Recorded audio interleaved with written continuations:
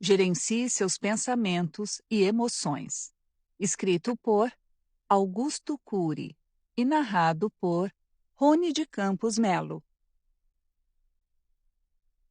O verdadeiro mal do século. Durante meus estudos, tive a felicidade de desvendar a mais penetrante e epidêmica síndrome que atinge as sociedades modernas: a Síndrome do Pensamento Acelerado, SPA. Ao mesmo tempo, tive a infelicidade de constatar que grande parte das pessoas de quase todas as idades sofre dessa síndrome em diferentes níveis, incluindo as crianças, ora tratadas como gênios, ora como hiperativas. Destruímos a infância das crianças sem perceber. Não apenas o conteúdo pessimista dos pensamentos afeta a qualidade de vida, mas também a velocidade exagerada dos pensamentos. Acelerar sem controle o pensamento é o sinal mais evidente da falha do eu como gestor psíquico. Ninguém suportaria por muito tempo ver um filme cujas cenas rodassem rapidamente. Mas suportamos por anos nosso pensamento rodar seu filme em alta velocidade. O custo físico e psíquico é altíssimo. Qualquer leigo sabe que uma máquina não pode trabalhar em alta rotação continuamente, dia e noite, pois corre o risco de superaquecer e fundir. Por outro lado, não temos consciência de que pensar exageradamente e sem autocontrole é uma fonte de esgotamento mental. Pensar é bom, pensar com consciência crítica é melhor ainda, mas pensar excessivamente é uma bomba contra a qualidade de vida, a emoção equilibrada e um intelecto criativo e produtivo. Estamos nos estressando rápida, intensa e globalmente na era dos computadores e da internet. Estamos levando a psique a um estado de falência coletiva e não percebemos o mal do século. Na era digital, o trabalho mental escravo leva adultos e até mesmo crianças ao esgotamento cerebral. No caso das crianças e adolescentes, médicos confundem a síndrome do pensamento acelerado com transtorno do déficit de atenção e hiperatividade. Então prescrevem Ritalina, a droga da obediência, para tentar domar o cérebro dos jovens. Claro que algumas substâncias podem ser úteis em crianças hiperativas ou extremamente inquietas, mas por tempo determinado. Mais importante são as técnicas de gestão da emoção para que as crianças possam aprender a trabalhar as perdas e frustrações, a se colocar no lugar do outro e entender que devem ser autônomas e ter autocontrole. Mesmo que o conteúdo seja positivo, culto e interessante, a aceleração do pensamento por si só gera um desgaste cerebral intenso, produzindo a mais importante ansiedade dos tempos modernos, com a mais rica sintomatologia. Não precisamos ter tido uma infância doente para sermos adultos ansiosos. Basta termos uma mente hiperacelerada que adoeceremos. Causas da SPA: excesso de informação, excesso de atividades e compromissos, excesso de trabalho intelectual, excesso de preocupação, excesso de cobrança, excesso no uso de TV, celular, computador, competição predatória, paranoia pelo sucesso. O excesso de informação é a principal causa da SPA. No passado, o número de informações dobrava a cada 2 ou 3 séculos. Hoje, dobra a cada ano. Não é a quantidade de informação e de pensamentos que determina a qualidade das ideias. É a maneira como organizamos os dados, e não o volume, que determina o grau de criatividade. Selecionar as informações é fundamental. Entretanto, nessa sociedade urgente, somos péssimos para selecionar o cardápio de nossa mente. Engolimos tudo rapidamente, sem digerir. Como não se estressar? Sintomas da SPA: ansiedade, mente inquieta ou agitada, insatisfação, cansaço físico exagerado, acordar cansado, sofrimento por antecipação, irritabilidade e flutuação emocional, impaciência, dificuldade de desfrutar da rotina, tédio, dificuldade de lidar com pessoas lentas, baixo limiar para suportar frustrações, dor de cabeça, dor muscular, déficit de concentração, déficit de memória, transtorno do sono ou insônia, sintomas psicossomáticos como queda de cabelo, taquicardia e aumento da pressão arterial. A SPA não é um estresse corriqueiro e temporário, é uma exacerbação da construção de pensamentos que gera ansiedade crônica e insatisfação prolongada. As emoções prazerosas não são estáveis nem profundas. Pessoas que têm atividade intelectual intensa, como médicos, psicólogos, jornalistas, executivos e professores, são mais atingidas pela SPA. Uma pessoa muito estressada e com SPA pode gastar mais energia do que 10 trabalhadores braçais. As pessoas mais dedicadas e eficientes estão, com frequência, fortemente estressadas. Sábio é o que faz muito gastando pouca energia. De que adianta ser uma máquina de trabalhar se perdemos as pessoas que mais amamos, se não temos uma existência tranquila, encantadora, motivadora? Por que muitos acordam fadigados? Porque gastam muita energia pensando e se preocupando durante o estado de vigília. O sono deixa de ser reparador, não repõe a energia. E os sintomas físicos, por que surgem? Quando o cérebro está desgastado, estressado e sem reposição de energia, procura órgãos de choque para nos alertar. Nesse momento, aparece uma série de sintomas psicossomáticos, como dor de cabeça e dor muscular. É o grito de alerta de bilhões de células suplicando para que mudemos nosso estilo de vida. E o esquecimento? Por que tanta gente apresenta déficit de memória? Porque nosso cérebro tem mais juízo que nosso eu. Percebendo que não sabemos gerenciar nossos pensamentos, que estamos esgotados, o cérebro usa mecanismos que bloqueiam as janelas da memória na tentativa de que pensemos menos e poupemos energia. Esquecimentos corriqueiros são um clamor positivo do cérebro, alertando que a SPA asfixiou nossa mente a tal ponto que está comprometendo a qualidade de vida. Os níveis da SPA. Primeiro nível: viver distraído. Trata-se daquela pessoa que se senta na nossa frente e parece que está nos ouvindo, mas de repente começa a mover repetidamente os dedos ou bater as mãos nas pernas. Tenha certeza de que tal pessoa não ouviu quase nada do que você falou. Tais indivíduos olham numa direção, mas estão desligados. Leem um texto, mas não guardam nada. Têm um eu desconectado, desconcentrado. Segundo nível: não desfrutar a trajetória. Trata-se daquela pessoa que se senta para ler um jornal, revista ou livro e sempre começa a leitura de trás para frente, pois não tem paciência de seguir a trajetória normal. Quando alcançam o sucesso, tais indivíduos não celebram o pódio, não descansam e não desfrutam do próprio sucesso. Terceiro nível: cultivar o tédio. Trata-se daquela pessoa que está sempre procurando algo que não existe fora dela, somente dentro. Tais indivíduos têm horror à rotina, tudo os cansa logo. Dificilmente relaxam e curtem o ambiente. Geralmente acham os outros superficiais com uma conversa maçante.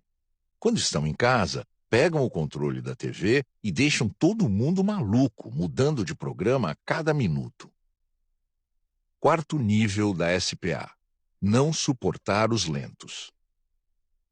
Trata-se daquela pessoa que não consegue ensinar 2 ou 3 vezes sem perder a paciência. Acha que os colegas de trabalho têm algum problema mental ou são relapsos, já que não conseguem acompanhar seu ritmo e raciocínio. Tais indivíduos não entendem que, no geral, não são as pessoas que as rodeiam que são lentas. Eles é que são rápidos demais e acompanhá-los é uma tarefa dantesca. Essas pessoas são carrascas de si mesmas. Terão grande chance de ser as mais ricas do cemitério ou as mais perfeitas no leito de um hospital. Quinto nível: preparar as férias 10 meses antes. Trata-se daquela pessoa que passa dias e meses à espera das férias. No primeiro dia de férias, não sabe por quê, mas não relaxa. No segundo dia, está tão irritado que parece um gerente financeiro cobrando tudo de todos. No terceiro dia, os filhos e parceiro não suportam tais indivíduos. No quarto, nem eles se aguentam. No quinto, estão tão atacados pela SPA que querem voltar para o campo de batalha, o trabalho, pois só se sentem vivos guerreando. Sexto nível da SPA: fazer da aposentadoria um deserto. Trata-se daquela pessoa que pensa ansiosamente na aposentadoria, contando mês após mês o tempo que falta para sair do caldeirão de estresse do trabalho. Chega finalmente o grande momento. A primeira semana é maravilhosa. Visita amigos, cuida das plantas, lê alguns textos. Com o passar dos meses, a SPA ataca. O cachorro começa a irritá-la, os vizinhos tornam-se desagradáveis, a pessoa não cultiva amizades, começa a se sentir inútil. Tais indivíduos não sabem conversar sobre o trivial, só sabem falar de trabalho e viver sob pressão e cobranças. Não se prepararam para curtir a vida, descansar, contemplar o belo. O resultado de décadas de trabalho são depressão e doenças psicossomáticas. Consequências graves da SPA: envelhecimento precoce da emoção, insatisfação crônica, reclamação frequente, eu engessado e autossabotador, perda de vigor, emoção oscilante entre o céu e o inferno, imaturidade da emoção, egocentrismo, egoísmo e individualismo, dificuldade de superação dos conflitos e de adaptação às adversidades, dificuldade de lutar pelos seus sonhos, morte precoce do tempo emocional. A vida passa num piscar de olhos. Na era da humanidade estressada, na era da síndrome do pensamento acelerado, as pessoas não sabem intervir na sua psique. Dar um choque de gestão na mente humana para administrar a produção de pensamentos é condição básica e insubstituível para a saúde psíquica, tranquilidade e saúde social. O estilo de vida de quem sofre da síndrome do pensamento acelerado precisa de cirurgia e não de tratamento clínico. Quem não é capaz de fazer uma cirurgia em sua agenda terá dificuldades para ser um bom gestor da sua psique. Somos treinados desde os primórdios da infância a fazer a higiene corporal, tomar banho, escovar os dentes e lavar as mãos. Mas não aprendemos a descontaminar nossa psique, a fazer uma faxina em nossa mente, a reeditar a fonte inconsciente que emana ideias e preocupações angustiantes. Na tentativa de se livrar de pensamentos e emoções indesejados, as pessoas costumam recorrer a 4 expedientes que até podem funcionar em problemas simples, mas que não resolvem casos mais complexos. São eles: tentar parar de pensar, tentar esquecer, tentar se distrair e tentar mudar de ideia. Se o eu não atuar como gestor psíquico para filtrar os estímulos estressantes, seu ânimo, prazer, humor e disposição mental flutuarão como um barco sem leme e sem âncora em mar aberto. 8 técnicas para gerenciar a SPA. Capacitar o eu para ser autor da própria história. Ser livre para pensar, mas não escravo dos pensamentos. Gerenciar o sofrimento antecipatório. Fazer higiene mental. Reciclar as falsas crenças. Não ser uma máquina de trabalhar. Não ser uma máquina de informações. Não ser um traidor da qualidade de vida. Para gerenciar a ansiedade produzida pela SPA, devemos usar essas técnicas diariamente. Não é fácil gerir nossa mente. Se fosse, raramente um pai ou professor cometeria atos que comprometem a formação da personalidade dos filhos e alunos, pois a quase totalidade tem a intenção de ser tolerante, paciente, promover a vida e não destruí-la. Um olhar multifocal sobre a inteligência.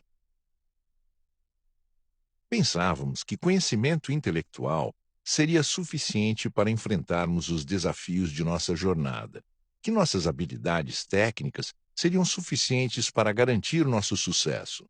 Mas eis que o mundo nos lança novos desafios. A cada dia percebemos a necessidade de resolver problemas cada vez mais complexos.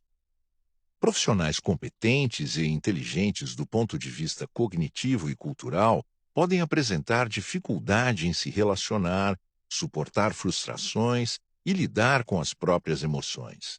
As habilidades emocionais são completamente diferentes das habilidades técnicas. Cada vez mais trabalhamos em equipe, interagimos com pessoas e tomamos decisões a partir de tarefas coletivas. A inteligência focada apenas nos aspectos cognitivos já não dá conta de nossas demandas. O que é inteligência? Em 1905, os psicólogos Alfred Binet e Theodore Simon criaram o teste de Binet-Simon, os primeiros testes de QI, quociente de inteligência, para medir a inteligência da criança por meio das habilidades linguísticas e matemáticas. Em 1983, Howard Gardner, psicólogo cognitivo e educacional, amplia essa visão, trazendo o conceito das inteligências múltiplas. São elas: inteligência lógico-matemática, capacidade de realizar operações numéricas e de fazer deduções. Inteligência linguística, habilidade de aprender idiomas e de usar a fala e a escrita para atingir objetivos. Inteligência espacial, interpretação e criação de imagens visuais e imaginação pictórica. Inteligência sinestésica, capacidade de controlar os movimentos corporais e manter o equilíbrio. Inteligência interpessoal, habilidade de entender as intenções e os desejos dos outros por meio das relações.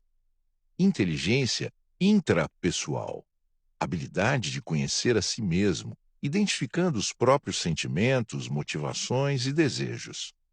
Inteligência musical, habilidade de produzir, compreender e identificar os diferentes tipos de som, reconhecendo padrões tonais e rítmicos. Inteligência naturalista, habilidade de conhecer e compreender o mundo natural. Inteligência existencial, habilidade de questionar o propósito da própria existência como o sentido e o desígnio da vida. Em 1995, o psicólogo, escritor e jornalista Daniel Goleman faz importantes contribuições ao trazer o conceito de inteligência emocional e sua relação com a capacidade de liderança, de organização de grupos e de resolução de conflitos. Em 1999, apresentei a teoria da inteligência multifocal, que destaca o papel do eu como gestor da mente, estabelecendo um ambiente psíquico saudável e favorável para a ressignificação das experiências na memória, o gerenciamento dos pensamentos e da emoção, promovendo, assim, o desenvolvimento das demais inteligências habilidades. A teoria da inteligência multifocal estuda a construção da inteligência, ou seja, o nascedouro das ideias, a construção das cadeias de pensamento, a formação dos arquivos intrapsíquicos da memória, a leitura da memória pelos fenômenos intrapsíquicos, os tipos fundamentais de pensamentos, sua natureza, seus limites, alcance e praxis, o processo de interpretação e a construção do eu como gestor do universo psíquico. Por que esse estudo é importante? Reflita sobre as seguintes questões. Você pensa apenas o que deseja pensar? Quantas vezes você deseja não pensar em um desafeto, mas pensa? Quantas vezes você não quer pensar em alguém que o ofendeu, mas pensa? Quantas vezes você não quer sofrer pelo futuro, mas sofre? Quantas vezes você deseja ter uma mente mais tranquila? Ruminamos críticas, ofensas, mágoas e injustiças. Alguns são vítimas de fobias, tornando-se escravos em sociedades livres. A teoria da inteligência multifocal oferece técnicas para a gestão dos pensamentos perturbadores e das emoções tóxicas, prevenindo transtornos psíquicos. As ferramentas de gestão da emoção fomentam a mudança de pensamentos e a transformação de hábitos não saudáveis em hábitos inteligentes. Nos bastidores da mente humana existe um mundo a ser descoberto, um mundo cheio de riquezas e maravilhosas possibilidades. Procurar conhecer esse fascinante território é uma aventura indescritível, uma viagem importante e super interessante. A mente é onde o ser humano tem a oportunidade de caminhar pelas avenidas do próprio ser. Sabemos que muitos falham ao querer mudar algum comportamento. Acontece que querem mudar primeiro por fora, mas só é possível mudar um comportamento mudando primeiro a forma de pensar. E só é possível mudar a forma de pensar mudando primeiro a forma de olhar. Precisamos desenvolver um olhar multifocal. O olhar multifocal observa os fenômenos sob múltiplos ângulos, percebendo diferentes nuances da realidade, abrindo nossa mente para múltiplas leituras de mundo, ampliando as possibilidades de interpretação e de uma decisão mais assertiva e eficaz. Quem tem um olhar multifocal pensa de forma multifocal. Por outro lado, quem olha de forma unifocal tem apenas uma perspectiva, um só ponto de vista.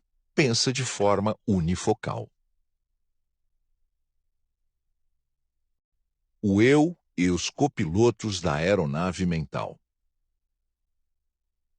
A teoria da inteligência multifocal, TIM, retrata três grandes áreas da inteligência. A primeira área é mais profunda, refere-se aos fenômenos inconscientes que atuam em milésimos de segundo no resgate e na organização das informações da memória e, consequentemente, na construção de pensamentos e emoções. Essa produção é registrada milhares de vezes por dia pelo registro automático da memória, ou fenômeno RAM, construindo a plataforma que forma o eu com a atuação dos quatro copilotos do eu. Tudo o que percebemos, sentimos, pensamos, experimentamos, tornam-se tijolos na construção do eu. A segunda área abrange as complexas variáveis que influenciam em frações de segundo os fenômenos que leem a memória e produzem os pensamentos e imagens mentais. Entre essas variáveis, destacam-se: como estou, estado emocional e motivacional. Quem sou? A história existencial arquivada nas janelas da memória ao longo da existência. Onde estou? O ambiente e com quem estou. Quem sou geneticamente? A natureza genética e a matriz metabólica cerebral. Como atuo como gestor da psique? O eu como diretor do roteiro da própria história. A terceira grande área da inteligência se refere aos resultados das duas primeiras áreas, ou seja, os comportamentos. Nessa área se evidencia a rapidez de raciocínio, o grau de memorização, a capacidade de assimilação de informações, o nível de maturidade nos focos de tensão, bem como os patamares de tolerância, inclusão, solidariedade, generosidade, altruísmo, segurança, timidez e empreendedorismo. Diariamente produzimos inúmeras cadeias de pensamento, ansiedade, sonhos, angústias, prazeres, que são automaticamente arquivados na memória pelo fenômeno RAM. Todas as nossas experiências Tudo o que captamos pelos 5 sentidos é registrado, sem o consentimento do eu, em nossa memória. Podemos ser livres para ir aonde quisermos, mas não somos livres para decidir o que registrar na memória. Gatilho da memória. É o fenômeno que dá início ao processo de leitura e interpretação em milésimos de segundo da janela registrada pelo fenômeno RAM. Enquanto você está ouvindo este texto, está detonando milhares de vezes o gatilho da memória para abrir as janelas, checar as informações que possui e realizar o processo assimilação e entendimento. Por isso, esse fenômeno também é chamado de autochecagem. Sem o gatilho da memória, o eu ficaria completamente confuso, desorientado. Porém, o gatilho torna-se um problema quando abre janelas killer, traumáticas. Nesse caso, sequestra ou aprisiona o eu, produz fobias, insegurança, reações impulsivas, angústias, dissimulação, intolerância, radicalismo, individualismo. Se nessas situações não gerenciarmos os pensamentos, ficaremos dominados ou paralisados por essas experiências negativas. Janelas da memória. Regiões da memória nas quais podemos ancorar, fixar a leitura e construir pensamentos. Por meio da leitura das janelas da memória, podemos nos localizar no tempo e no espaço e resolver questões práticas no dia a dia. É pela leitura das janelas da memória que vemos, agimos e reagimos no mundo. Existem 3 tipos de janelas da memória. Janelas neutras, de baixo impacto emocional, correspondem a cerca de 90% dos registros de nossa psique. São milhões de informações, tais como números, endereços, telefones, dados corriqueiros e conhecimentos profissionais. Janelas light, registros de experiências positivas. Como seu significado em inglês, luz, acender, indica, iluminam o eu para o desenvolvimento das funções mais complexas da inteligência, capacidade de pensar antes de reagir, de se colocar no lugar do outro, resiliência, criatividade, raciocínio complexo, encorajamento, determinação, habilidade de recomeçar, de proteger a emoção, de gerenciar pensamentos. Janelas killer, registros de experiências negativas, com conteúdo emocional angustiante, fóbico, tenso, depressivo, compulsivo. São as janelas traumáticas ou zonas de conflito que, como indica o significado em inglês, assassino, assassinam nossa autoestima e nossa força de vontade, causando tensão, tristeza e dor.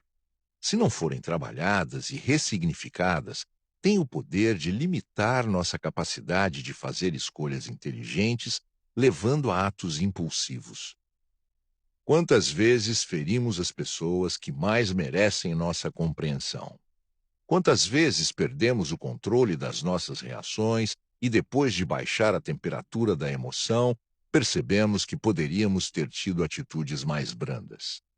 Quantos pais e professores, em um momento de irritação, dizem o que jamais deveriam dizer aos filhos e alunos? Quantos casais apaixonados e amizades são destruídos pelas janelas killer? Muitos assassinatos ocorrem no calor das tensões. Batalhas entre nações são deflagradas porque o Homo sapiens é dominado pelos instintos do Homo bios. As áreas killer abortam a sobriedade até de pensadores. Algumas janelas killer destroem o raciocínio. Por exemplo, alunos brilhantes podem apresentar péssimo rendimento em uma prova ao ficar ansiosos, o que bloqueia a leitura de áreas da memória com as informações que aprenderam. A intensidade da emoção determina o nível de registro das janelas da memória no córtex cerebral. Quanto maior a carga emocional, positiva ou negativa, maior o impacto do registro. Existem janelas duplo P, duplo poder, com o poder de agregar outras janelas de conteúdo semelhante, formando plataformas de janelas e poder de atrair do eu. Âncora da memória. Fenômeno que se fixa em determinadas regiões da memória de acordo com a carga emocional destas, restringindo assim o território de leitura para o eu e o autofluxo. É um fenômeno que desloca e é deslocado por outros fenômenos que fazem a leitura da memória. Autofluxo. Energia vital com dois papéis importantíssimos: trafegar pela memória, ler e reler contínua e diariamente as janelas da memória, atuais e antigas, construindo novas janelas a partir dessas leituras, desencadeando cadeias de pensamento, imagens mentais e fantasias. Produzir a maior fonte de entretenimento humano, o mundo dos pensamentos, inspirando ideias que motivam o indivíduo a aspirar, desejar e sonhar. Contudo, caso se fixe em janelas killer, o mundo dos pensamentos induzirá à angústia e ao humor deprimido. O grande gestor da psique. O piloto da aeronave mental deveria ser o eu. Digo deveria porque o eu frequentemente não assume seu papel, não desenvolve um raciocínio multiangular para ser autor da própria história.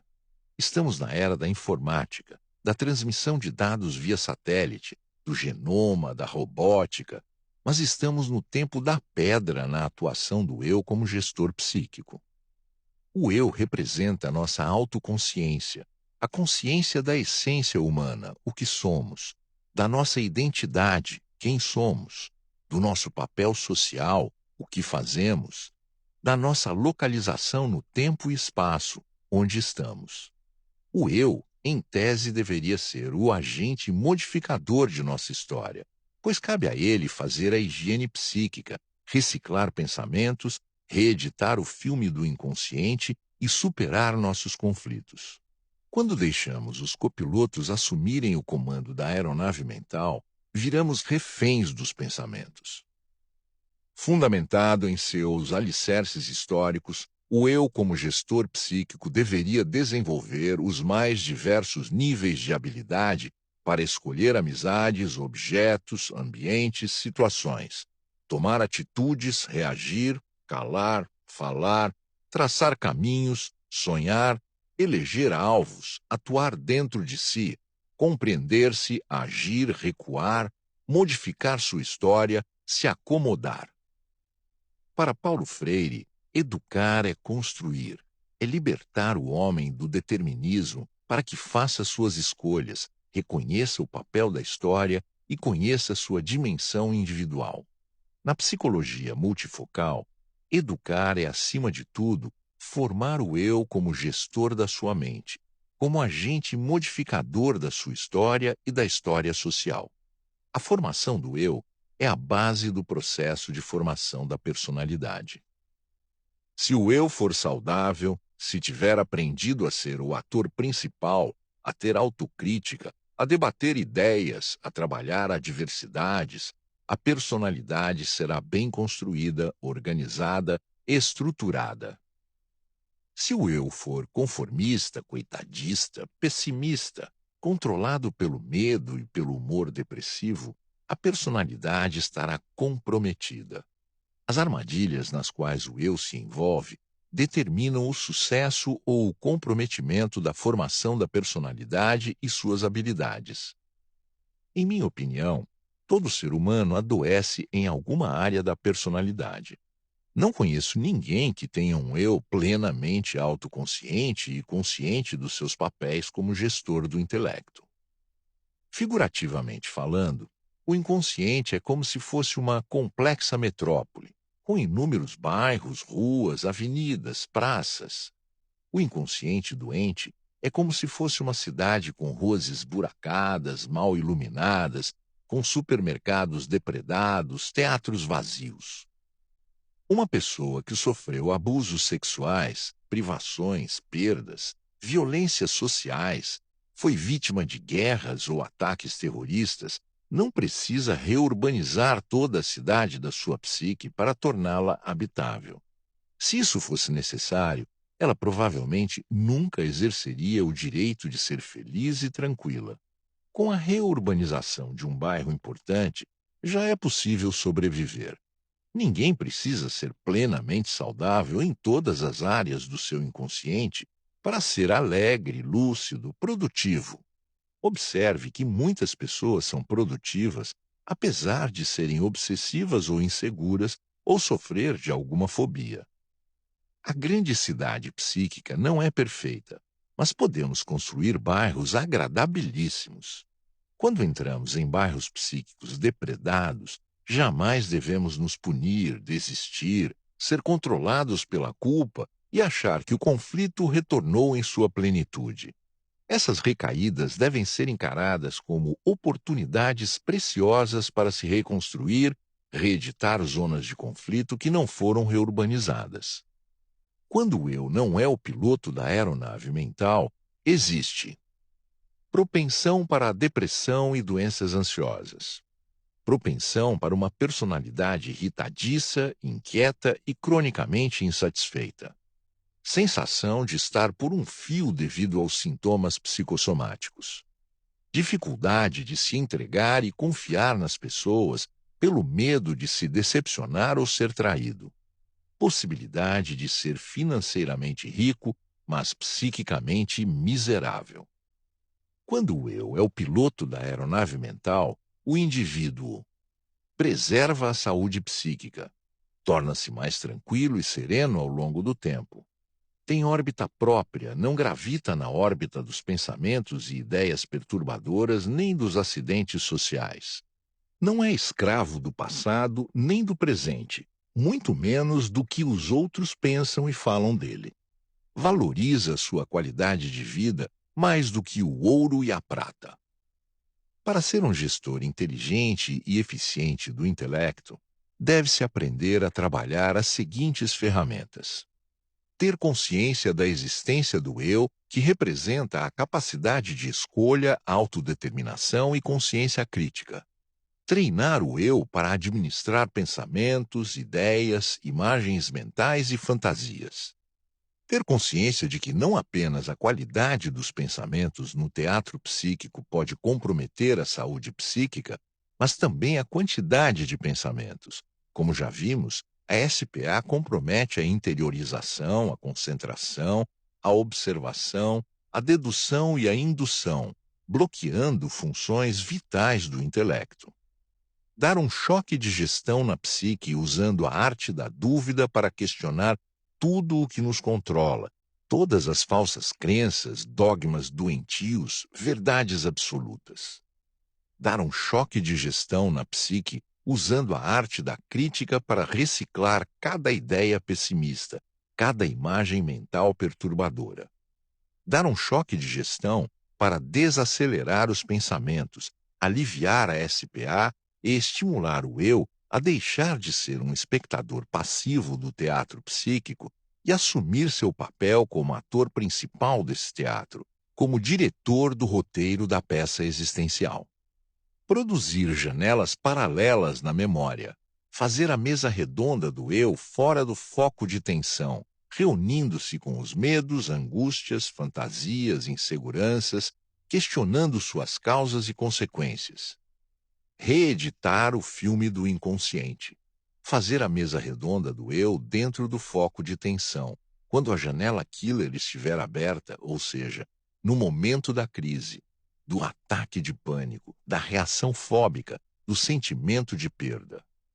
Filtrar estímulos estressantes usando os procedimentos acima. O eu e os pensamentos. O eu não é apenas o executivo da mente humana. É a ponte entre o consciente e o inconsciente, entre os pensamentos e os sentimentos, entre a razão e emoção. Existe uma estreita relação entre o que você pensa e o que você sente.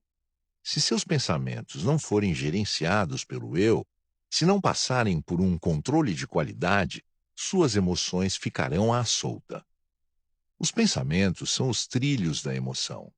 Para gerir a emoção, é fundamental gerir primeiro os pensamentos. A gestão dos pensamentos envolve despertar a autoconsciência. Ser autoconsciente significa estar consciente de si, de suas características positivas e negativas, de suas limitações e potencialidades, de seus pensamentos, emoções, sentimentos e comportamentos. É a postura madura de quem analisa seu papel como ser humano, companheiro e profissional, que pondera seus atos, julga seus comportamentos, reflete sobre suas reações, conjectura consigo mesmo. Uma pessoa que tem autoconsciência e habilidade para aumentar a base de leitura da memória jamais venderá sua dignidade e tranquilidade por um preço vil. Deslocar-se das janelas killer para as janelas light. Não permitir o encarceramento do eu em zonas traumáticas nos focos de tensão. Deslocar o processo de leitura da memória para outras zonas que ofereçam respostas interessantes e assim transformar a crise em uma oportunidade para crescer e debater ideias. A arte de pensar é o maior espetáculo da existência humana. Ser gerente dos pensamentos é enfrentar os pensamentos perturbadores, confrontá-los energicamente e com coragem. Dê um choque de lucidez em seus pensamentos. Negue-se a ser carrasco de si mesmo. Seja autor da sua história. Questione sempre os padrões da sociedade. Há mais lixo em nossa mente do que nos maiores aterros sanitários do mundo. Há bilhões de seres humanos mentalmente desnutridos. Alimentam-se de pensamentos e sentimentos de baixíssima qualidade. Depois não entendem por que se sentem tão mal no dia a dia. Na maior parte das vezes, não questionamos nossas emoções e pensamentos. Deixamos-nos dominar por eles, permitindo que se tornem entraves nos relacionamentos e na carreira profissional.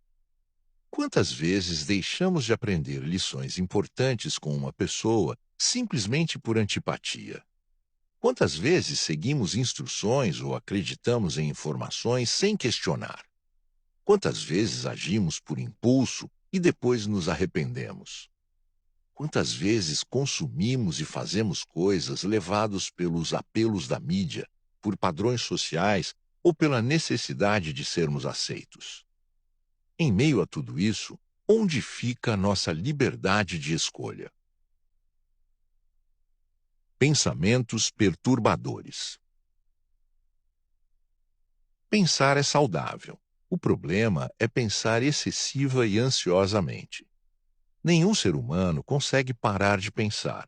Mesmo o mais profundo relaxamento não paralisa por completo a produção de pensamentos, apenas a desacelera. Alguns tipos de pensamento podem transformar nossa vida pessoal e profissional em um pesadelo. Pensamentos inquietantes. Invadem nossa psique incessantemente e, mesmo desejando, não conseguimos bloqueá-los. Geram a ansiedade e estressam nosso cérebro, impedindo-nos de descansar. Pensamentos acelerados. Como já vimos, não apenas o conteúdo ruim dos pensamentos afeta a qualidade de vida, mas também a velocidade com que pensamos. A síndrome do pensamento acelerado, SPA, esgota o cérebro. Pensamentos desconectados do presente. Muitas pessoas vivem presas no passado, seja relembrando momentos felizes, seja ruminando memórias infelizes. Outras ficam pensando sobre o futuro, sem agir no presente. Pensamentos antecipatórios. Problemas que ainda não aconteceram provocam sofrimento no presente. Quais pensamentos têm invadido sua tranquilidade, roubado sua paz e seu prazer de viver? Para gerenciar os pensamentos com sabedoria, torne-se pleno de si. Desapegue-se do passado. Planeje seu futuro sem deixar de viver o presente. Enxergue a perfeição do momento presente. Tenha uma vida que o realize. Não tolere nada que drene sua energia. Seja sensível mas não hipersensível. Desenvolva mais competências do que precisa. Torne-se incondicionalmente construtivo. Oriente sua vida por seus valores. Desenvolva maestria naquilo que faz. Reconheça e diga a verdade. Seja firme em seus objetivos e propósitos. Seja mais humano e mais flexível com as opiniões dos outros. Não gravite ao redor dos problemas, expanda sua visão para o campo das possibilidades. Quando nos fixamos nos conflitos, nosso raciocínio é unifocal. Não conseguimos olhar ao redor em busca de soluções. Ampliar o olhar é olhar de forma multifocal. Busque outras perspectivas. Analise os conflitos por diversos ângulos. Assim, conseguirá enxergar alternativas e inúmeras possibilidades. O eu e as emoções. Já pensou se o eu tivesse plena liberdade de ser o gestor da emoção? Baniríamos o tédio, teríamos acessos aos mais borbulhantes prazeres, a tranquilidade seria nossa praia, a satisfação, nosso espaço mais secreto. A poderosíssima indústria dos antidepressivos e tranquilizantes desapareceria. A indústria do lazer minguaria. A indústria da moda faliria. Não precisaríamos visitar museus, nem tomar um bom vinho, pois bastaria o eu decidir se embriagar que a emoção se submeteria a ele. Entretanto, o individualismo se multiplicaria, pois não precisaríamos amar, trocar, conviver. Não necessitaríamos das relações interpessoais como fonte de prazer. Nunca seremos gestores plenos da emoção. As consequências seriam gritantes. Contudo, as consequências são igualmente sérias se o eu não exerce gestão alguma. Seria um absurdo um motorista tirar as mãos do volante e deixar o carro rodar desgovernado. Esse absurdo ocorre em nossa psique. As pessoas deixam suas emoções à solta, sem direcionamento, sem o mínimo gerenciamento. Submetem-se ao humor triste, fóbico, depressivo, pessimista, como se fossem marionetes, como se não tivessem nenhum poder gerencial. Como gestor da emoção, o eu deve atuar como administrador dos sentimentos, gerenciador da insegurança, dos temores, dos medos, das angústias, do humor triste, do ciúme, da agonia, da aflição. Deve dar um choque de lucidez nas emoções, exercer um controle de qualidade e propiciar o cultivo da tranquilidade, do prazer, do desfrute existencial. É importante entender o que gera as emoções, mas é igualmente importante exercer a administração psicodinâmica. É importante estudar a gênese dos traumas, o alicerce histórico dos conflitos, mas é igualmente importante o eu ser treinado para atuar como diretor do roteiro emocional. Emoções que poderiam ser administradas com a simples atuação do eu, às vezes demoram meses para ser resolvidas porque o eu não é líder de si mesmo. Os territórios psíquicos. O eu tem que gerenciar todos os dias o constante duelo entre os dois territórios psíquicos, o da lógica e o da emoção. O território da lógica se caracteriza pelo raciocínio lógico linear, pela existência de leis e pelo pensamento concreto. A lógica é fundamental na análise de fenômenos, no estudo da história, da matemática, das leis do universo, da química, da física, da resolução de problemas práticos como questões financeiras e administrativas. Entretanto, a pessoa que vive somente no território da lógica, que enxerga o mundo, as relações e a si mesma apenas pela perspectiva do pensamento lógico linear, pode desenvolver um olhar unifocal, ou seja, uma visão que interpreta a vida exclusivamente a partir desse território. Isso pode ser nocivo nas muitas situações que exigem sensibilidade e habilidades emocionais para resolver problemas. Pessoas que se fecham na visão lógica do mundo podem se tornar inflexíveis, rígidas, frias, demasiadamente calculistas, insensíveis, incapazes de enxergar além do concreto. O território da emoção é constituído por sentimentos saudáveis e não saudáveis. É fundamental nos relacionamentos, no autoconhecimento, na busca do sentido da vida, no prazer de viver. Permite-nos identificar nossos sentimentos, perceber os sentimentos do outro e desenvolver relações empáticas, criar vínculos, conhecer nossos anseios mais profundos, o sentido da vida que buscamos e o prazer genuíno daquilo que nos faz bem. Sem essas habilidades, não construiríamos uma vida plena e não promoveríamos qualidade em nossas relações e em nossa saúde psíquica, que dependem fortemente de nossa vida emocional. Entretanto, a pessoa que vive somente no território da emoção pode se tornar hipersensível, frágil, incoerente, inconsequente, não pensar no amanhã, compulsiva, impulsiva, facilmente manipulável. O território emocional é essencial para a felicidade e perigoso se acreditarmos cegamente em tudo o que sentimos, tanto sobre nós mesmos quanto sobre os outros. É preciso saber negociar com ambos os territórios, da lógica e da emoção, saber quais habilidades psíquicas devem ser usadas em cada momento. Precisamos desenvolver um terceiro território, o território multifocal. Esse território promove o equilíbrio entre os territórios da lógica e da emoção, usando a arte da dúvida e da crítica para dar um choque de lucidez na emoção e usar a sensibilidade para ampliar a perspectiva reducionista da lógica. No território multifocal, o eu analisa as situações de múltiplos ângulos e determina fazer escolhas saudáveis na vida. É biológico sermos direcionados aos territórios da emoção e da lógica. Em várias ocasiões, o eu fica ancorado nesses territórios, mas, à medida que alargamos a consciência crítica sobre o que acontece em nossa mente, passamos a dominar ambos os territórios, desenvolvendo a visão multifocal. Como fazer isso?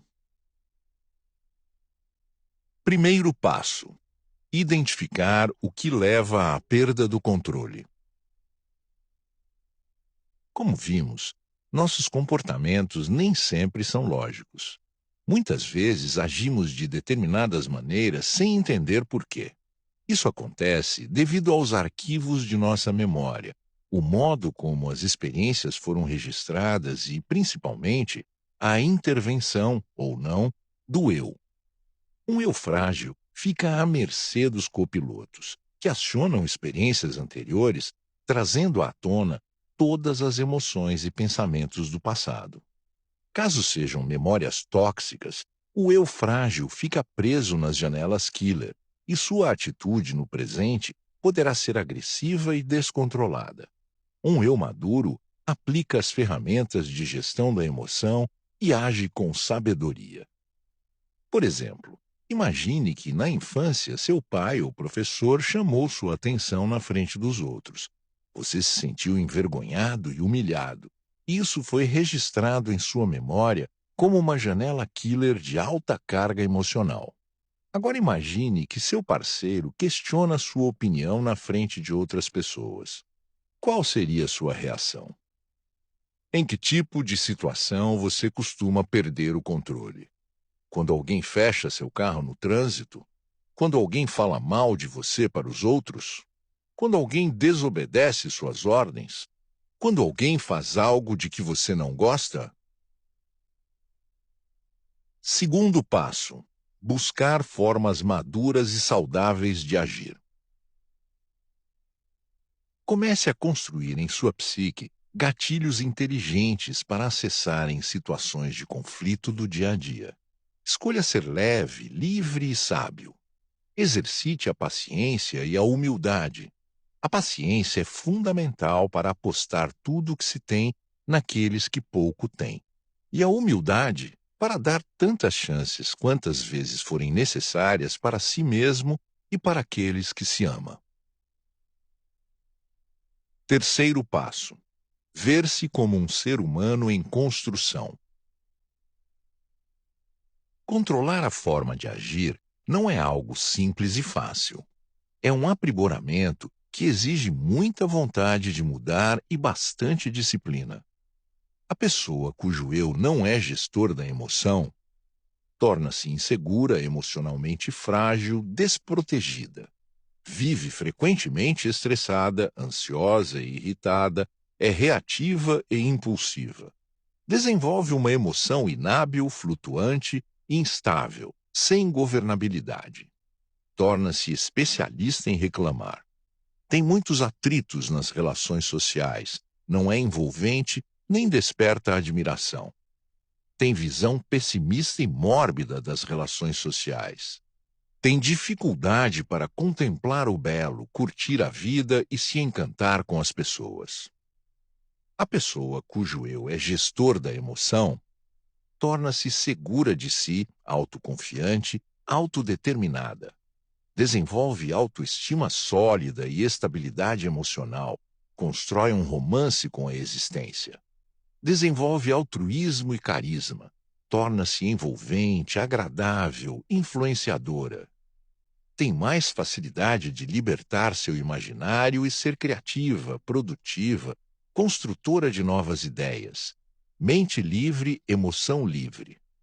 Deixa de ser escrava do medo, da angústia, do tédio, das calúnias, das difamações, do que os outros falam dela. Vive a vida com mais aventura e deleite. Ferramentas para capacitar o eu como gestor da emoção. Fazer a mesa redonda do eu para abordar todas as emoções que controlam e anulam o eu e fomentam conflitos. Evitar exigir o que os outros não podem dar. Doar-se sem esperar demasiadamente o retorno. Entender que por trás de uma pessoa que fere, há uma pessoa ferida. Ser livre da ditadura da resposta. Não gravitar na órbita do que os outros pensam e falam de você. Ter órbita própria. Desenvolver a consciência de que o território emocional é um espaço particular e inviolável e não terra de ninguém. Não se deixar ser invadido. Ser autodeterminado, ter metas claras, ter consciência de sua identidade e capacidade. Ser seletivo, dar prioridade às coisas relevantes, não se prender a picuinhas nem barganhar a tranquilidade por coisas irrelevantes. Desacelerar os pensamentos, administrar a SPA, Síndrome do Pensamento Acelerado, a maior fonte de insatisfação e ansiedade na atualidade. Redesenhar o estilo de vida, ser pausado, dosado, caminhar passo a passo, aprender a fazer uma coisa de cada vez, valorizar e desfrutar a trajetória tanto quanto o ponto de chegada. O eu e os estímulos estressantes. Existem três grandes fontes de estímulos estressantes: social, psíquica e orgânica. Os estressores orgânicos estão ligados à carga genética e a alterações do metabolismo cerebral, em especial dos neurotransmissores, serotonina, adrenalina, noradrenalina, acetilcolina.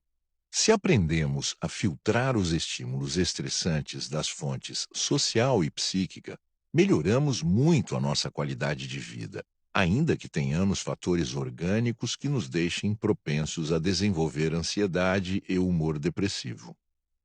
A fonte social de estresse é gigantesca, envolvendo perdas, ofensas, decepções, rejeições, abuso sexual, constrangimentos, pressões, competição predatória, ameaças, morte de pessoas queridas, doenças físicas. Os estímulos estressantes externos provêm especialmente dos conflitos nas relações com os pais, filhos, amigos, parceiros e colegas de trabalho. A fonte psíquica de estresse é ainda maior que a social, envolvendo fobias, humor depressivo, angústia, pensamentos mórbidos, pensamentos obsessivos, ideias perturbadoras, imagens mentais controladoras, fantasias doentias, falsas crenças, inseguranças, timidez.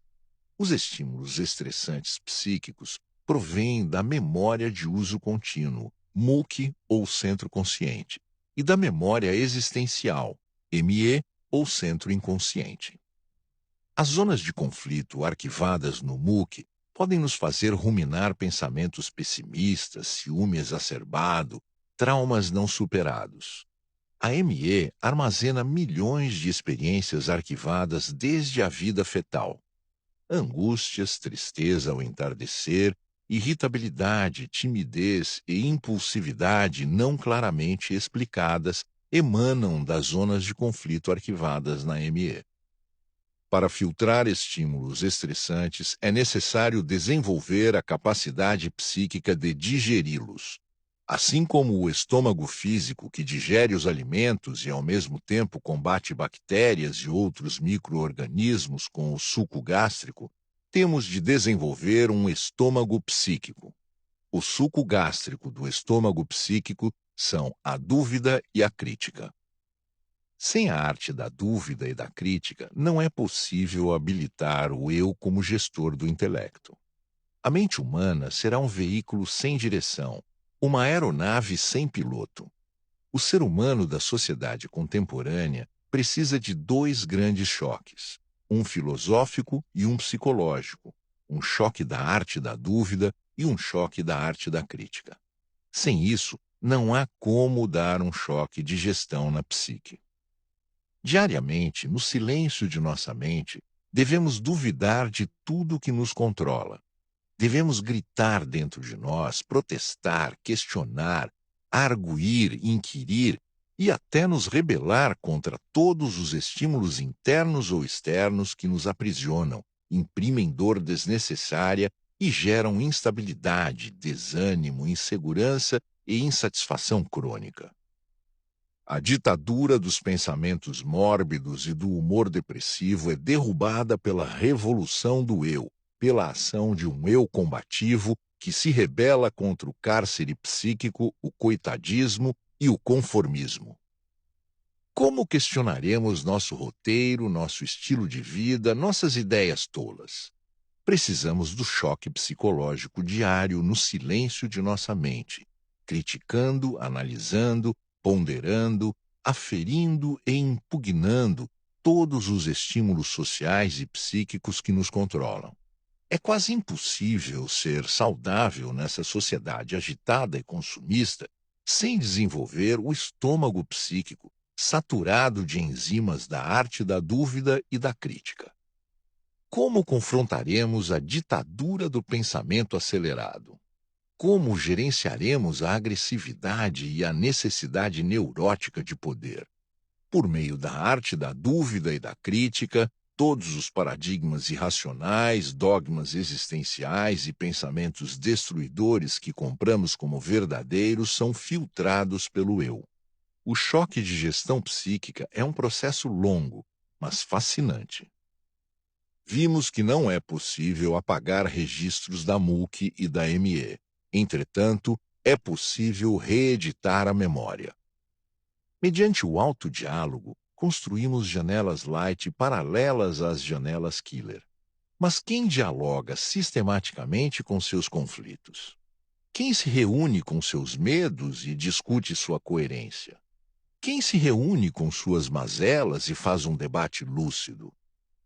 Somos treinados para administrar o ambiente exterior, mas não para fazer uma mesa redonda usando a dúvida e a crítica para dar um choque de gestão em nossa mente, para construir janelas saudáveis paralelas às janelas traumáticas. Por isso, preservamos por décadas não só os grandes conflitos, mas também os pequenos. Achamos que é coisa de louco falar consigo mesmo. Loucura é não admitirmos nossas loucuras. Loucura é não conversarmos francamente com nossas loucuras. A mesa redonda do eu é uma técnica psicodinâmica, histórica, filosófica, existencial. promove a formação de janelas light contendo ousadia, autodeterminação, consciência crítica, segurança. Essas janelas se abrem simultaneamente com as janelas killer, dando suporte ao eu para que tenha serenidade em situações tensas, coerência em crises nas quais seria difícil raciocinar. Essas janelas paralelas funcionam como filtros do medo e das fantasias no momento das crises.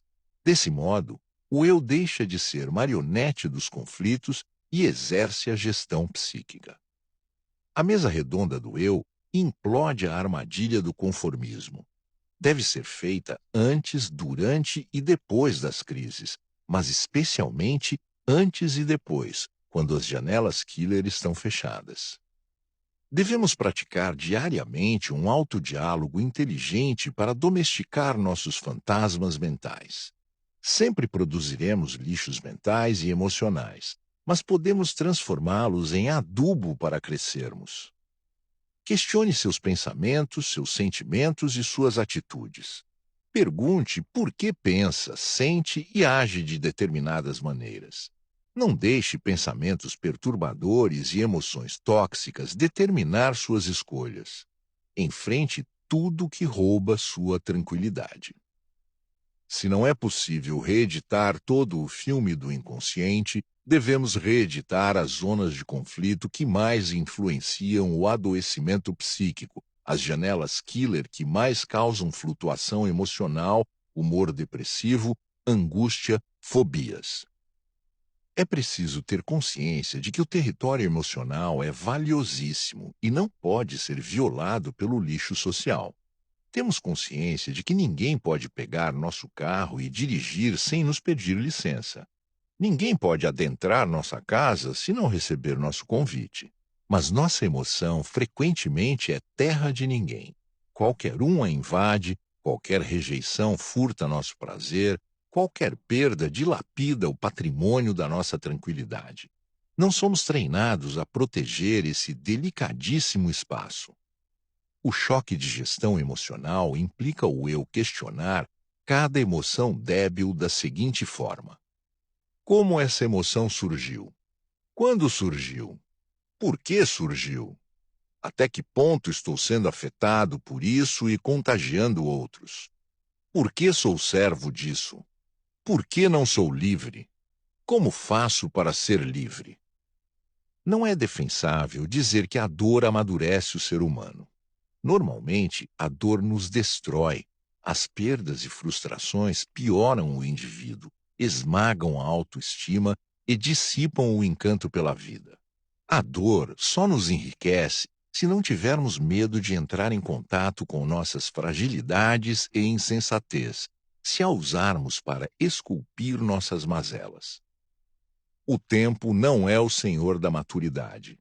Você só amadurecerá com o tempo se o eu deixar a condição de espectador passivo, entrar no palco de sua mente e impugnar pensamentos perturbadores. Alguns fenômenos psíquicos são processados em segundos, antes de termos consciência do estímulo estressante e de que estamos sendo invadidos por ele. Imagine que uma pessoa o caluniou. A calúnia é como uma bomba com 2 estágios. Quando você toma conhecimento da ofensa, o gatilho da memória dispara, fazendo associações com experiências passadas. É a explosão do primeiro estágio da bomba. Você fica angustiado, aborrecido, enraivecido. Onde está o eu? Sem consciência do que está acontecendo, mas começando a vivenciar as emoções do primeiro estágio.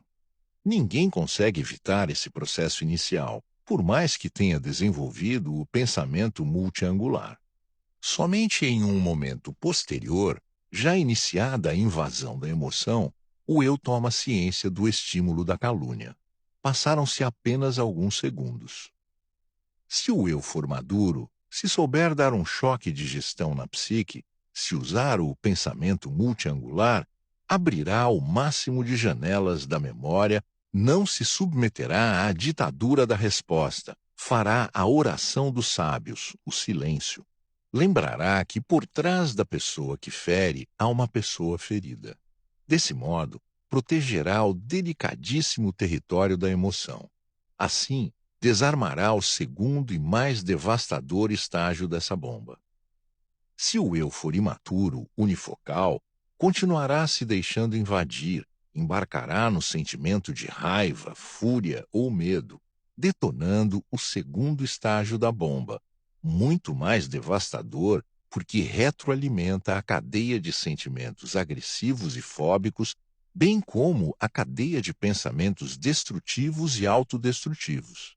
Essas cadeias, produzidas nos segundos, minutos, horas e dias posteriores à calúnia, serão registradas pelo fenômeno RAM, construindo inúmeras janelas killer em bairros nobres da grande cidade da memória. A grande questão nos transtornos psíquicos não é o trauma original, como imaginavam Freud e Jung, mas a retroalimentação do trauma nos estágios posteriores, seus desdobramentos no teatro psíquico diante de um eu passivo. Freud disse que uma pessoa vai desenvolver um transtorno psiquiátrico ao longo da vida se nos primeiros 7 anos sofrer um trauma. Porém, o problema não é o registro original como Freud pensava. O problema é a retroalimentação do trauma. É você ir ao lixo do passado e ruminar esse lixo.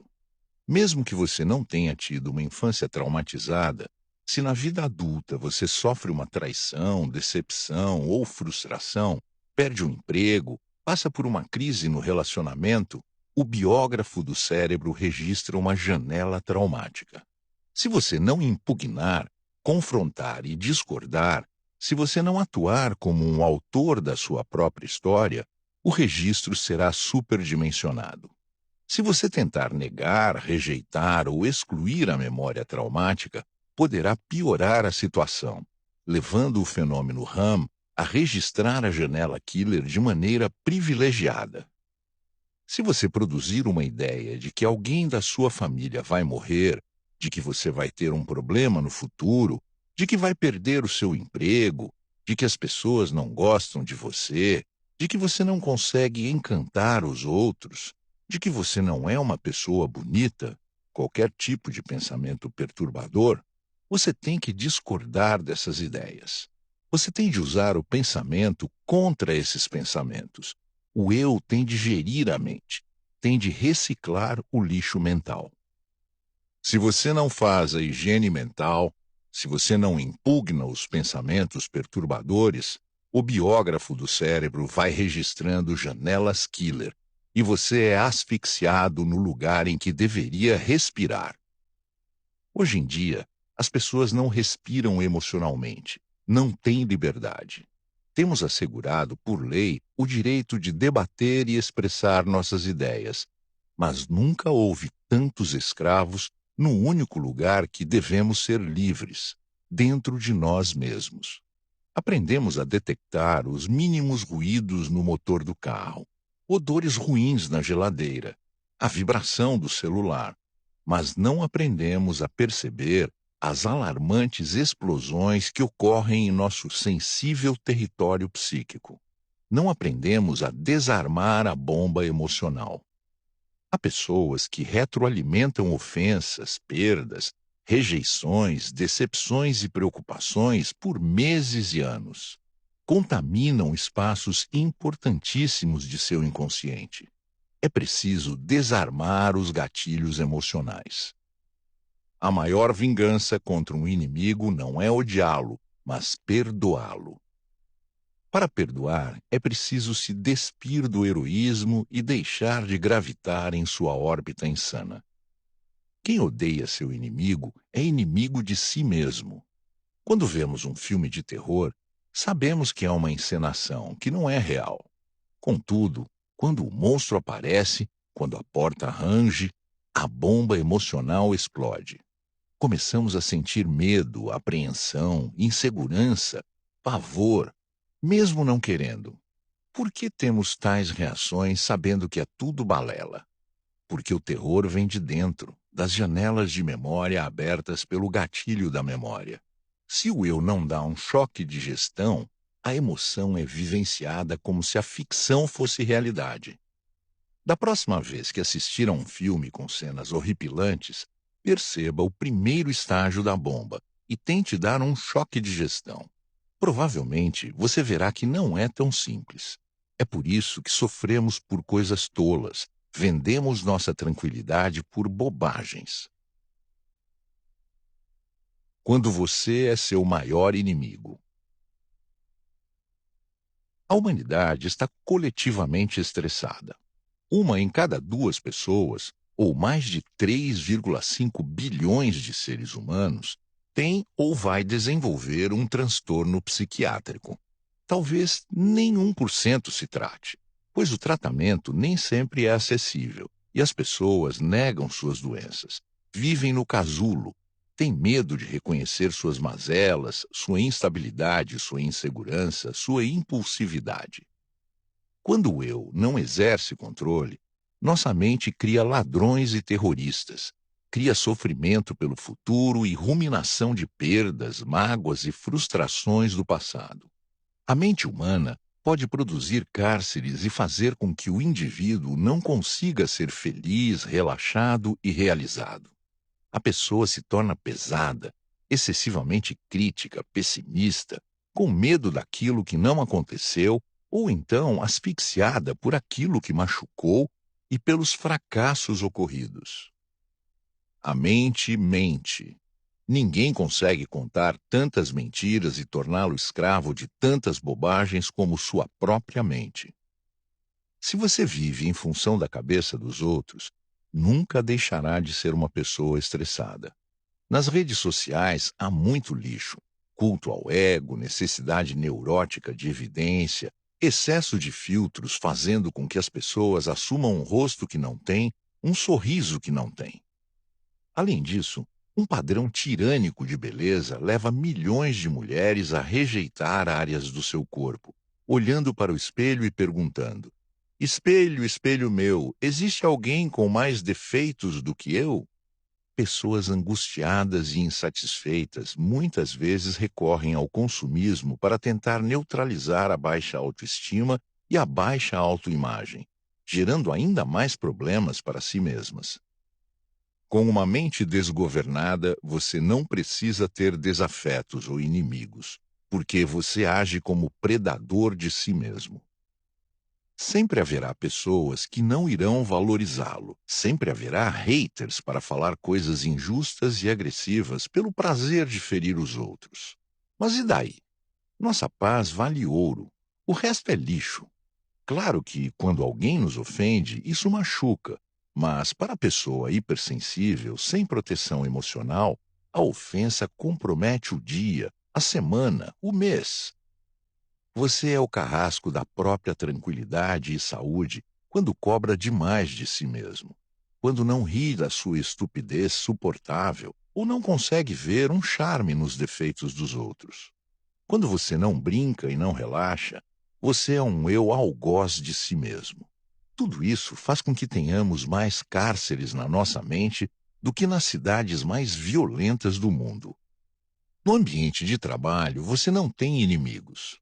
Pode ter desafetos, ter pessoas que o decepcionam, o contrariam, mas, de modo geral, a não ser que haja assédio moral, pressão, agressividade, as pessoas não são suas inimigas, não atuam como predadoras.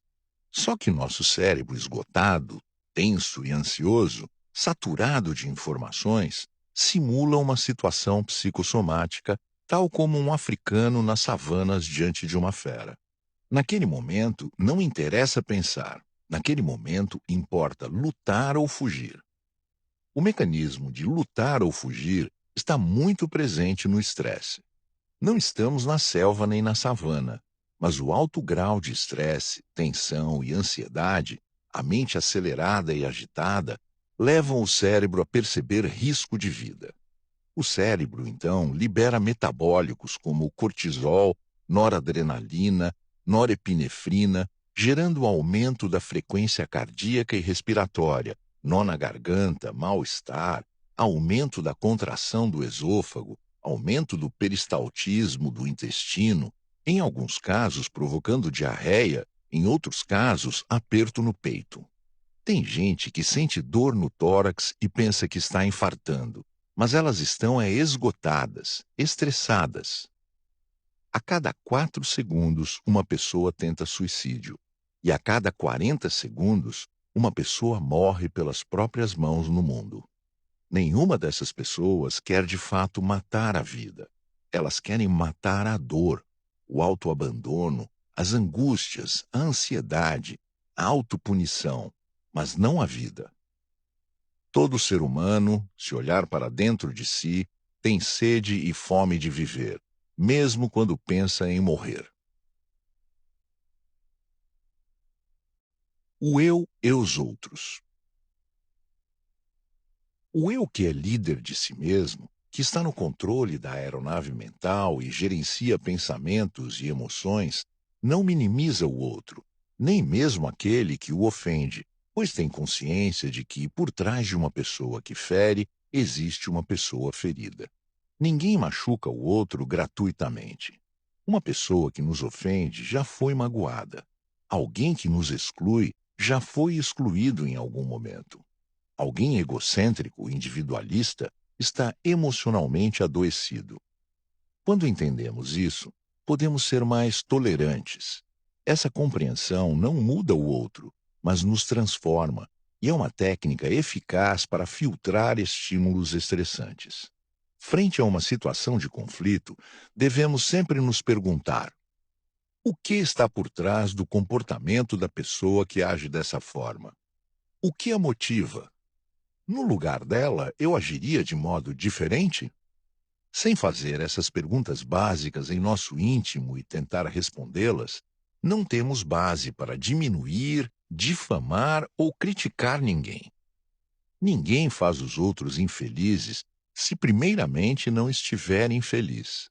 Mesmo que achemos que os outros programaram seu comportamento ferino, não somos obrigados a consumir emocionalmente aquilo que não nos pertence. Ninguém é perfeito. Por mais ético, transparente e humilde que sejamos, magoamos e ferimos outras pessoas sem perceber.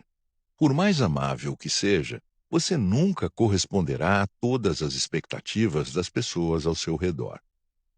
Viver em sociedade exige gestão da emoção, e gestão da emoção exige tolerância. A arte da tolerância exige abraçar mais e julgar menos, em vez de apagar da memória quem nos decepciona. A saúde emocional nos convida a dançar a valsa social com a mente desengessada. Assim, irrigaremos os jardins da memória, reurbanizaremos a paisagem deteriorada e reciclaremos o lixo que se acumula nas ruas e avenidas da mente. Lembre-se sempre de que as pessoas radicais são as mais infelizes e ansiosas do teatro social. Quantas vezes julgamos um colega sem saber de sua história, de seus bastidores e das dores que carrega na alma? Não entendemos o porquê de agirem daquela forma, mas quando compreendemos que sua irritação e agressividade não é conosco, mas sim com ele mesmo, o sol emocional brilha de um jeito diferente. Muitas pessoas sequer conhecem os bastidores das pessoas de sua família ou das pessoas de convívio próximo. São capazes de passar anos, décadas, sem cruzar histórias, sem conhecer as cicatrizes ou as lágrimas que nunca tiveram coragem de chorar, sem contar a própria história para os outros. Quando nos permitimos cruzar mundos emocionais, somos mais tolerantes e menos acusadores. Ainda assim, nem sempre conseguimos conhecer as causas que levam alguém a nos ferir ou incomodar. Sua paz vale ouro, o resto é lixo ou, no mínimo, irrelevante.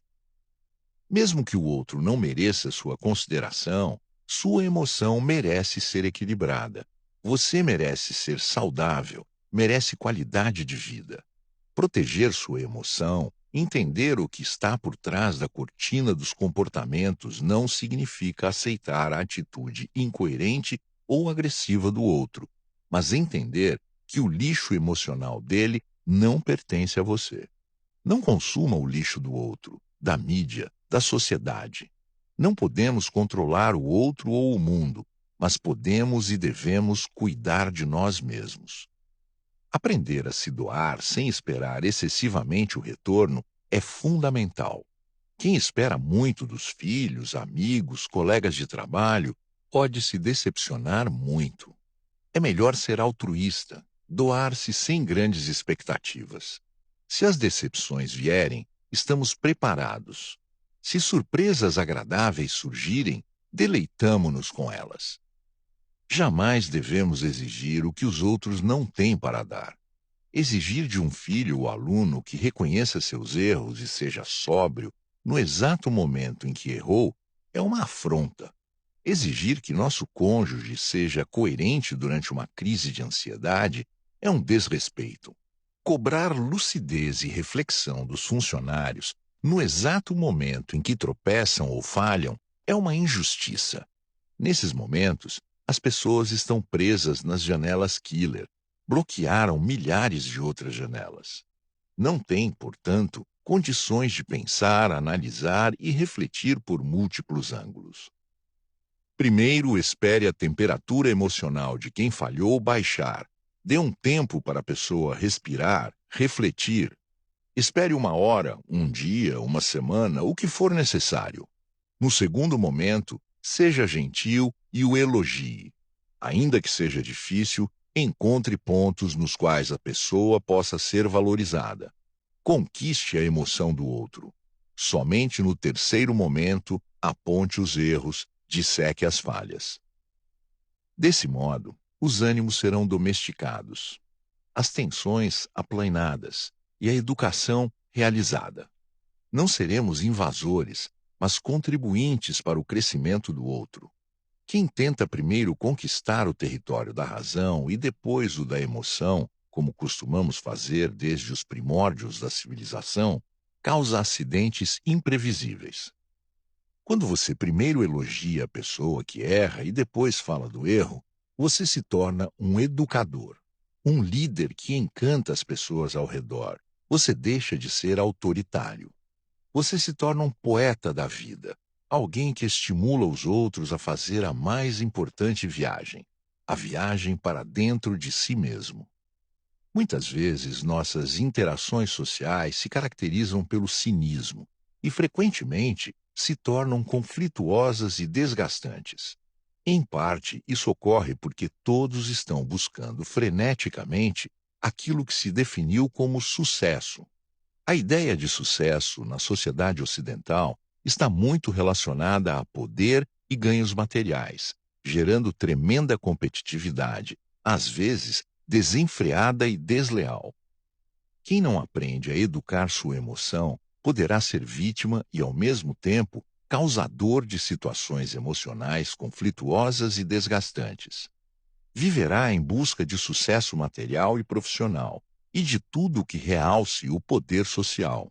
Claro que esses sucessos são importantes, mas sem sucesso emocional seremos infelizes. Quanta energia emocional gastamos brigando, escravizados por sentimentos ruins? Agir de forma grosseira e atacar não gera bons resultados. Tem pessoas que me dizem: não levo o desaforo para casa. Eu respondo: então você é uma pessoa desequilibrada. Além de traumatizar quem está ao seu redor, registra janelas traumáticas em si mesmo. Toda pessoa que reage pelo fenômeno bateu-levou, traumatiza os outros e se traumatiza.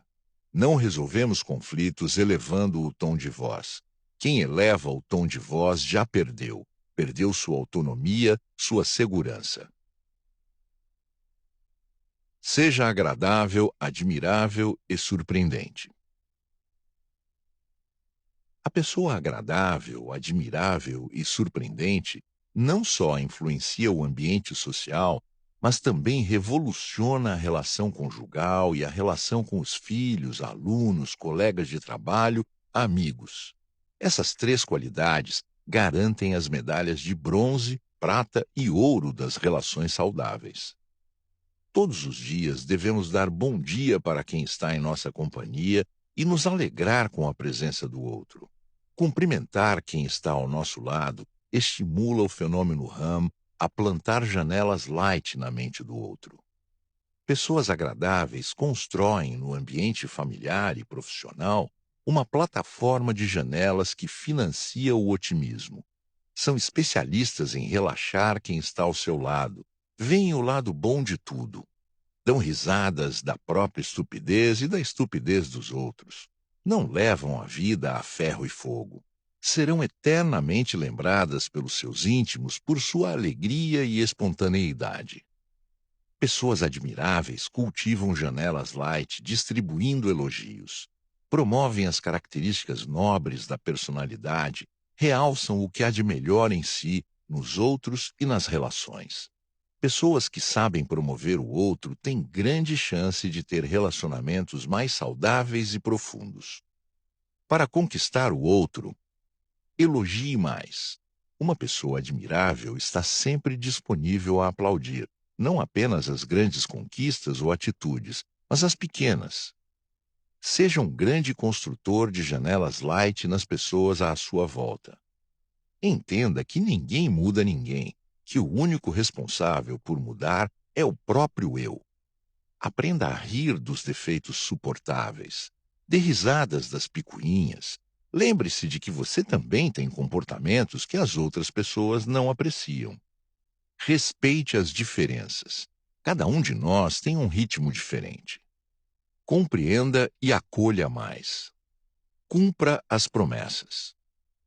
Pessoas surpreendentes são poetas da vida. Não necessariamente escrevem poesias, mas vivem sua existência como se fosse uma poesia. São os pais, os amantes, os filhos, os amigos inesquecíveis e insubstituíveis. Quem surpreende diz coisas ímpares, tem reações inesperadas e impactantes. Em vez de ser escravo das próprias emoções, abandona seus instintos primitivos de predador ou presa, tornando-se contribuinte de uma nova história. Por exemplo, quando alguém o ofender, diga: sinto que pense dessa forma, pois o considero uma pessoa brilhante. Quando seu filho errar, reforce o quanto o ama, o quanto acredita que ele é capaz de não repetir o erro. Mude suas atitudes. Com os mesmos comportamentos e os mesmos hábitos, obteremos os mesmos resultados. Atitudes positivas surpreendentes constroem janelas light duplo P, duplo poder, de alto poder de ancoragem. Quando ocorre um estímulo associado à experiência registrada, o gatilho da memória é acionado e abre aquelas janelas light. Palavras como: você é muito importante para mim, obrigado por existir, parabéns por esse gesto, são uma bomba para o eu de pessoas emocionalmente frágeis, fazendo com que despertem nesse sentido. Pais inteligentes sabem que a arte de agradecer é uma forma de surpreender. Obrigado, filho, você é admirável. Tenho orgulho de você. Surpreender não resolverá o conflito, mas poderá criar um caminho para reurbanizar bairros áridos da memória e transformar uma relação desértica em uma relação mais agradável. Seja um construtor de janelas light poderosas nas pessoas de seu convívio. Não tenha a necessidade neurótica de estar sempre certo. Tenha a coragem de perguntar: onde foi que eu machuquei você e não soube? Não tenha medo de pedir desculpas nem de dizer: eu amo você, dê-me uma nova chance. O quanto você tem sido surpreendente. Faça o inesperado. Inspire pessoas e se inspire. Seja merecedor das medalhas de bronze, prata e ouro. Ferramentas para desenvolver o autocontrole. Quem sou eu? Escolha um local tranquilo, no qual não seja interrompido. Respire profundamente e viaje no mundo de seus pensamentos e emoções.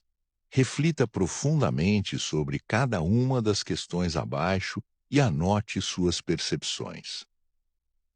Quem sou eu hoje? Você é fruto de todas as suas experiências de vida. Todas as lágrimas derramadas, todos os sorrisos e afetos trocados, fracassos e sucessos construíram sua personalidade. O que é realmente importante para mim? Aquilo que o motiva a acordar todos os dias, aquilo de que você não abre mão de forma alguma. Quais as minhas maiores conquistas? O que você já conquistou na vida com seu esforço? Identifique as emoções que sentiu no momento dessas conquistas. Identifique como se sente hoje. O que aprendi com minhas conquistas? Identifique os aprendizados e os fatores que fizeram diferença para atingir o sucesso desejado. Quais as minhas maiores perdas ou frustrações? Recorde suas perdas, frustrações e fracassos. Identifique as emoções que sentiu naquelas ocasiões. Identifique como se sente hoje. O que aprendi com minhas perdas ou frustrações? Identifique os aprendizados proporcionados por essas situações. Qual a minha busca? O que o faz querer mudar sua forma de ver a si mesmo e aos outros? O que você espera atingir? O que me atrapalha na conquista de meus objetivos? Identifique seus pontos fracos e limitações. Quais fortalezas podem contribuir para a conquista de meus objetivos?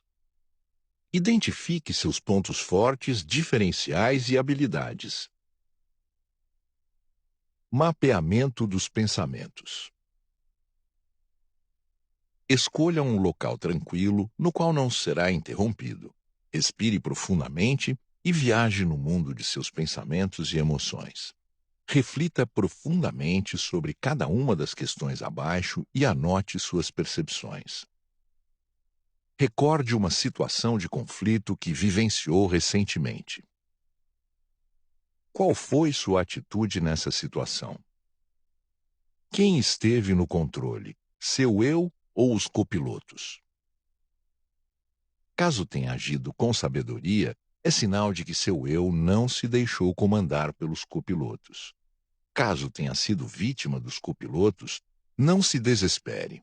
O processo de mudança exige tempo, prática e muita paciência. Não desista e continue praticando. Entender o comportamento do outro. Escolha um local tranquilo, no qual não será interrompido. Respire profundamente e viaje no mundo de seus pensamentos e emoções. Reflita profundamente sobre cada uma das questões abaixo e anote suas percepções. Identifique alguém que o magoou ou feriu recentemente, seja no âmbito pessoal, seja no profissional. O que essa pessoa fez que o perturbou? Você conhece os motivos que levaram a pessoa a agir de tal maneira? Você conhece a história da pessoa? Caso conheça, é possível entender a dor da pessoa, entender que ela pode ser vítima de cárceres emocionais? O eu como autor da própria história. Ao longo deste audiolivro, você aprendeu várias técnicas e ferramentas essenciais para ser autor da própria história, ou seja, para ser capaz de reconhecer a grandeza da vida e da história fascinante que cada ser humano tem inscrita em sua memória. Ter uma vida com direção, construindo metas claras. Tomar decisões inteligentes e corrigir a rota social, profissional e afetiva. Reconhecer os próprios limites, falhas, atitudes incoerentes e doenças psíquicas. Ser determinado e não desistir da vida, mesmo diante de perdas, dificuldades e decepções. Ser transparente, não se escondendo atrás de máscaras sociais. Ter autodomínio, liderando a si mesmo. Para encerrar, destacarei atitudes vitais para que sua emoção seja cada vez mais livre e você tenha uma excelente qualidade de vida. Seja mais flexível. O bambu, assim como o carvalho, é uma árvore muito forte, muito firme. Entre essas duas belas árvores existe uma importante diferença: a flexibilidade. O carvalho é firme, mas inflexível, diferentemente do bambu, que, além de forte e firme, também é flexível e, por isso, consegue se inclinar quando os ventos fortes o empurram, quando as águas intensas da chuva o encharcam. A força do carvalho não é suficiente para aguentar os efeitos de um temporal. Já o bambu consegue resistir, curvando-se à intensidade do temporal e voltando a se reerguer passada a tormenta. Uma pessoa inflexível que bate de frente, que quer impor suas opiniões e ideias aos outros, desgasta a si e aos relacionamentos. Seja flexível, pratique o olhar multifocal, questione suas verdades absolutas e suas crenças limitantes. A flexibilidade do bambu deve-se em parte à sua complexa estrutura de enraizamento. Para crescer, o bambu primeiro solidifica sua base. Por 5 anos, todo o crescimento é subterrâneo. A raiz se estende vertical e horizontalmente debaixo da terra. Só depois o bambu chinês cresce acima do chão, chegando a atingir 25 metros de altura. Viajar para dentro de si, praticar o autoconhecimento, mapeando seus fantasmas, redescobrindo seus sonhos, identificando seus potenciais e limitações, é a base para estruturar um eu forte e saudável. Lembre-se de que paciência é fundamental. Entre uma semente e seus frutos existe o tempo de maturação. Seja paciente consigo. As técnicas de gestão da emoção devem ser praticadas em vários momentos do dia para dar musculatura à emoção. Uma pessoa paciente consigo consegue ser paciente com os outros. Cada ser humano é único e tem seu próprio tempo. Não se pressiona uma borboleta a sair do casulo. Você tem dentro de si tudo de que precisa para seu crescimento, todo o potencial para ser o que quiser ser e conquistar o mundo. Tenha um caso de amor consigo. Desenvolva um romance com a sua história e a bela pessoa que você é. Não se compare a ninguém, pois cada um de nós é um personagem único no teatro da vida. Aceite-se como você é.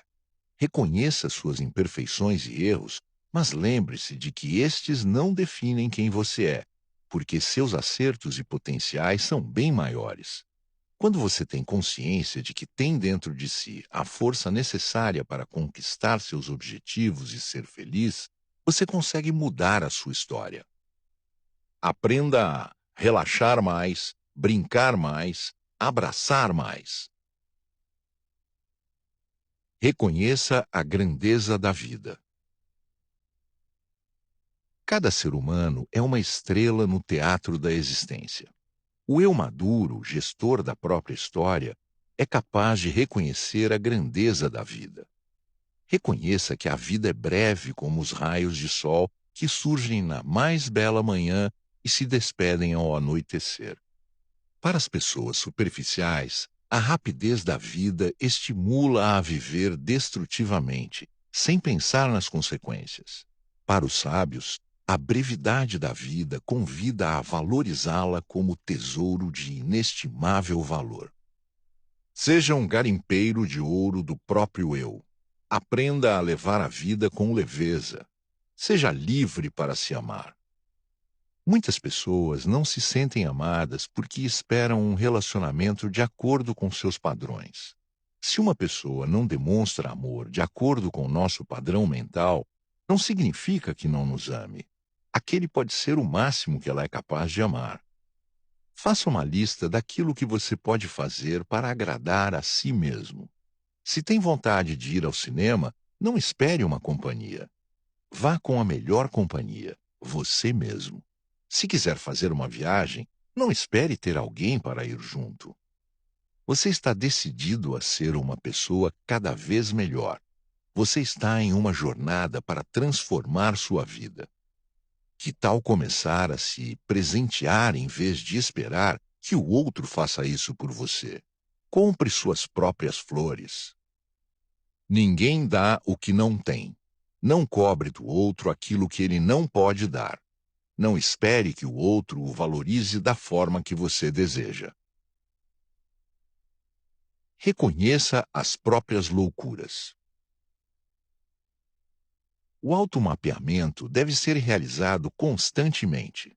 É preciso reconhecer as doenças psíquicas para poder reciclá-las. É preciso identificar as armadilhas mentais que assolam nossa mente, enxergar as loucuras que cometemos nos focos de tensão, as crenças que limitam nosso olhar e nossas ações. Ser autor da própria história não quer dizer ser perfeito, não falhar, não chorar e não ter momentos de fragilidade. Ser autor da própria história é usar cada dor como uma oportunidade para aprender lições, cada erro como uma ocasião para corrigir rotas, cada fracasso como uma chance de adquirir mais coragem. Seja um eterno aprendiz. Não se feche para novos conhecimentos. Reconheça os pontos que precisam ser melhorados na sua vida e faça mudanças com paciência e persistência. Coloque mais tempero em sua vida. Se os alimentos se tornam mais saborosos com os temperos que colocamos, com a vida não é diferente. Saber temperar a vida é acrescentar qualidade aos relacionamentos. Um sorriso, um abraço, um olhar acolhedor, a escuta atenta ou o diálogo sincero. Temperar a vida é saber dosar o tempo e a energia em cada situação vivida. É priorizar o que realmente é prioridade para a sua felicidade e a do outro. Para fazer da vida uma festa, nosso humor e nossa criatividade não podem ficar condicionados às circunstâncias. Devemos treinar nossa mente para encontrar motivos para rir nas situações adversas e inventar estratégias criativas para superar o cárcere da rotina. Ser feliz não é ter uma vida isenta de perdas e frustrações. É ser alegre, mesmo que venha a chorar. É viver intensamente, mesmo em um leito de hospital. É nunca deixar de sonhar, mesmo tendo pesadelos. É ser jovem, mesmo que os cabelos fiquem brancos. É contar histórias para os filhos, mesmo que o tempo seja escasso. É amar os pais, mesmo que eles não o compreendam. É agradecer muito, mesmo que as coisas deem errado. É transformar os erros em lições de vida. Ser feliz é sentir o sabor da água, a brisa no rosto, o cheiro da terra molhada. É extrair das pequenas coisas grandes emoções. É encontrar todos os dias motivos para sorrir. É rir das próprias tolices. É não desistir de quem se ama, mesmo se houver decepções. Conclusão. Apaixone-se pela vida, pois, por mais turbulenta e imprevisível que seja, é um espetáculo único e imperdível. Você não é apenas mais um na multidão. Ninguém é igual a você no palco da vida. Você é um ser humano único, insubstituível e inesquecível. Que você seja um grande empreendedor. Quando empreender, não tenha medo de falhar. Quando falhar, não tenha receio de chorar. Quando chorar, repense a vida, mas não recue. Dê sempre uma nova chance para si mesmo. Encontre um oásis em seu deserto. Os perdedores veem os raios nas tempestades. Os vencedores veem a chuva e a oportunidade de cultivar. Os perdedores ficam paralisados diante das perdas e dos fracassos. Os vencedores começam de novo. O maior carrasco do ser humano é ele mesmo. Não seja escravo de seus pensamentos negativos. Liberte-se da pior prisão do mundo, o cárcere da emoção. O destino raramente é inevitável. O destino é uma escolha. Escolha ser consciente, livre e inteligente. Jamais desista das pessoas que ama. Jamais desista de ser feliz. Lute sempre pelos seus sonhos.